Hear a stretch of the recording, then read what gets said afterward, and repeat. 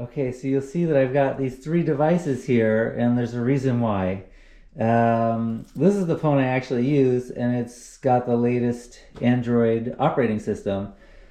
Great, but the Onyx BMS doesn't work on it. So I've got an older phone here that I kept around. Fortunately, it's got an older operating system. That's how I can access the Onyx app. So what I wanted to do was film a video talking about my experience installing a Fardriver. I went with the 96-680. This was based on the information that I was looking at online, people saying the 72 series worked fine, 84 worked fine, 96 was as big as you could fit into the space. And so I thought, well, bigger is better. I don't know, future proofing, if I went with a 96-volt battery, motor, whatever in the future. It seems a little on the big side, but why not do it? So I want to talk about my experience. Why did I go this route to begin with? I really love my Onyx, and big shout out to Tim Seaward. I asked him how to pronounce that. He said it rhymes with Seaward. So, Seaward. He discovered Alaska too, if you didn't know that. And shout out to John Angel too for all the information that he's collected. It's pretty impressive.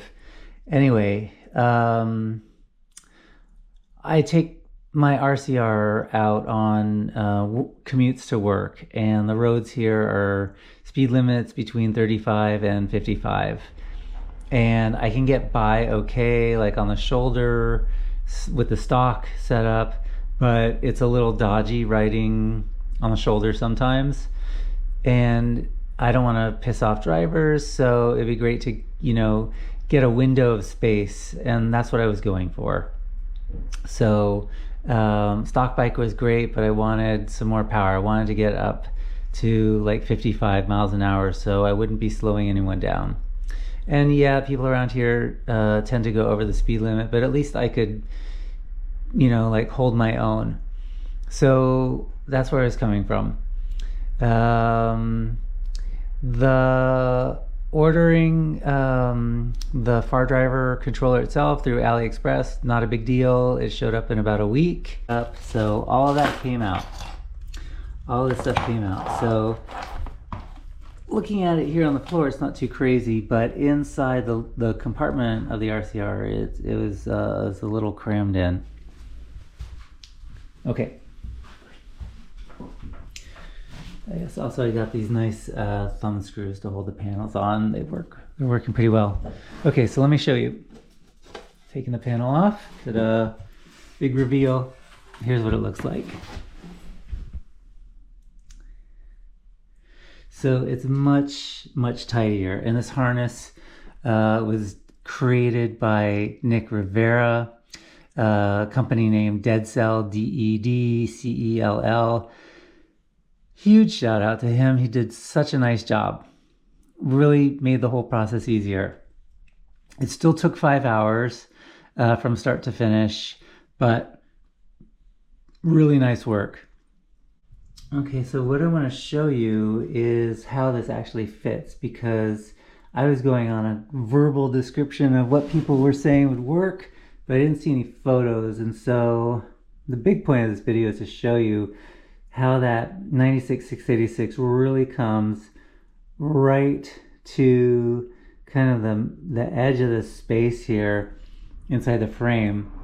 So what that means is that these wires were putting a lot of pressure on the side panel and really bowing it out. So there was a gap here.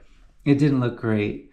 And I could imagine it putting a strain on the screws holding the panel. So what my friend and I did, Mr. Fix-It, known associate to the Saronster, what Mr. Fix-It did was he did some dremeling on the plastic here on the case of the Fardriver, so that the wires could drop down instead of coming out and kind of curving. And so kind of like did some massaging here to squeeze them down, so now there isn't a gap with the panel. if I was going to do this again, if I was going to recommend this to anyone, installing a Fardriver into their RCR, I would say decide if you want to go with the 96 series because it's really big for the space. I imagine that the 72 or 84 series of these Fardrivers would get you the same, gains in performance and leave more space inside the body here so that you wouldn't have to mess with the plastics on the controller to get everything to fit nicely. As far as lessons learned, when I first powered on the bike with the Fardriver installed, the display wasn't coming on. So the Fardriver was beeping. I had no idea what was going on. We had switched, I think it was these two plugs right here in the harness. So had to figure that out, how to straighten that out. And then the display was on. The only other issue was right here with the turn signals. They're not marked. So switched the left to the right on the front by accident. It was just kind of 50-50 guessing. That was easy to figure out. When the Fardriver controller arrives, it comes with a bag with a bunch of cables and a harness. And I thought it was all going to be trash because I had this harness developed for the RCR that Nick made. And so I was going to throw it all away. Then I realized that the Bluetooth in the Fardriver is not internal. It's actually got a dongle that you attach to it. And so that's what this little guy is here. I am glad I realized that and didn't throw it away because you can't program the Fardriver without this dongle. So that's where the connection happens. And I just snaked it through this hole here so that there wouldn't be anything blocking the Bluetooth signal getting to it. And so that seems like a pretty good location instead of stuffing it inside the frame. Okay, so I want to talk about the battery for a second. That's an important part. If you've got more speed, that means more power, that means more drain on the battery. So here's what I've noticed so far. The battery temperature after my commute is around 110, 111. And it takes about 2 hours to drop down to 86, 85. And when it's just sitting overnight, it's around 65. So considering how long it takes to cool down, I even took the lid off and pointed a fan at the battery. It still took 2 hours to drop to 86. That has me thinking about group rides and fast charging and what's going on when you have limited time to recharge.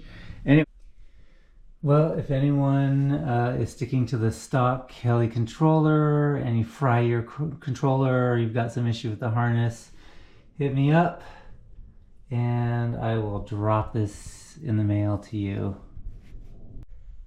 Okay, so here you can see the current iteration. I took the tool bag off the back rack and that will allow the rear light to be seen better probably, even though it looked good and it was functional. We'll try this out.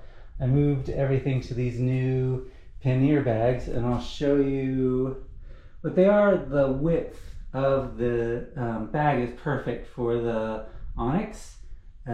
It's like a match, a really nice match with the width of the battery lid. So that's looking good. I moved the tools to the saddlebags and my speaker there, phone mounted into the screw that's already there where the brake fluid is.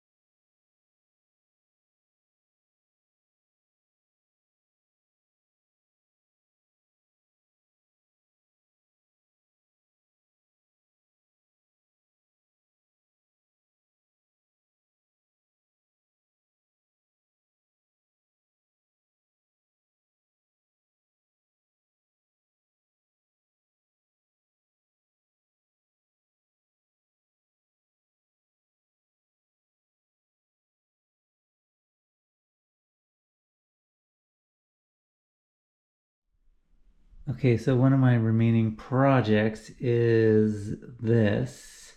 A couple years ago, when I got my RCR, I reached out to someone on Facebook, Fanny Vici, someone in California, who had this fuse delete. And I thought, okay, this sounds helpful. I've never had an issue with the fuse popping, and I've ridden on days that were like 104 degrees, but I thought, okay, this would be smart to have. But I don't get it. I don't get where this plugs in. This is all he sent, as far as I remember, and there's something missing that I haven't figured out. So if anyone has any wisdom to share with me about this, I would appreciate it.